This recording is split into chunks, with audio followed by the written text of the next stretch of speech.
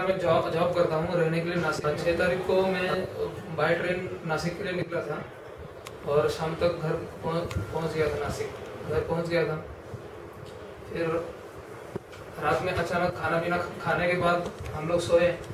बाद में 2 बजे अचानक में सिर दर्द करने लगा और मैं मुझे थोड़ा करके ऐसा जगाने की कोशिश की। फिर मैं जागा एक बार, फिर उल्टी हुआ और फिर वापस सिर में बहुत दर्द होने लगा। फिर सोने की कोशिश कर रहा था। रात में 2 बजे हमने उसको जगाने की कोशिश की लेकिन होश नहीं आया। तो उसके बाद हॉस्पिटल में उसको शिफ्ट किया हमने, लगभग 4 बजे रात में शिफ्ट किया। और मॉर्निंग तक वो बेहोश ही था। ओके, देन सुबह डॉक्टर्स को बुलाया गया, अदर डॉक्टर्स इन नासिक। तो उसमें न्यूरोलॉजिस्ट को बुलाया गया। न्यूरोलॉजिस्ट ने सजेस्ट किया एमआर करने के बाद इवनिंग में उन्होंने बताया दैट सीटी भी करना पड़ेगा क्योंकि क्लियर नहीं था कुछ कि क्या हुआ है ब्रेन में, साइज कितना है वगैरह सब वो क्लियर नहीं था। तो सेकेंड डे सीटी किया। सीटी करने के बाद उन्होंने बताया कि क्या प्रॉब्लम हुआ इनको और किस वजह से हुआ और क्या करना पड़ेगा। तो उन्होंने सर्जरी के लिए सजेस्ट किया। और फिर दूसरे दिन हमने फिर सुबह दूसरे डॉक्टर्स को अप्रोच किया ये जानने के लिए कि और क्या ट्रीटमेंट है। ओके, देन वहाँ से फिर पता चला थ्रू फ्रेंड्स कि शिवाजी सर हमारे हैं डॉक्टर, वो इंटरनेशनल रेडियोलॉजिस्ट है और वो करते हैं। इसने उनको सारे रिपोर्ट्स बाय ईमेल सेंड किए और उन्होंने यहाँ पर देखकर हमें यहाँ पर कॉल किया कि आप आ जाओ करके।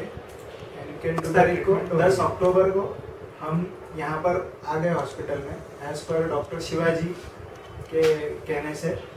और रात में लगभग 12 बजे के आसपास हमने एडमिट कर दिया सीसीयू में पेशेंट को। और नेक्स्ट डे एंजियोग्राफी किया।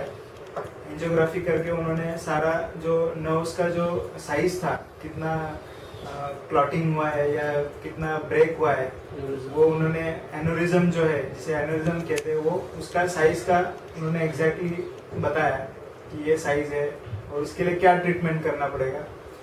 और फिर उन्होंने प्लान किया कि हम सर्जरी करेंगे।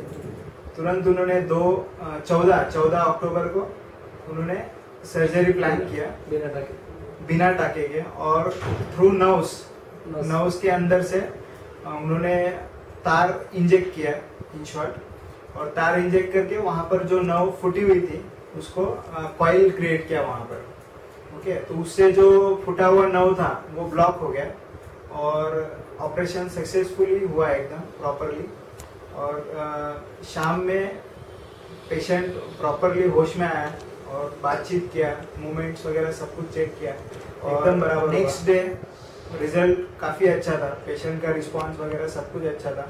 तब तक पेशेंट बेहोशी में था लेकिन अच्छा था, बेहोशी में था तो भी ठीक था, मतलब कोई प्रॉब्लम नहीं था। और इस तरह से ऑपरेशन सक्सेसफुली हो गया एकदम।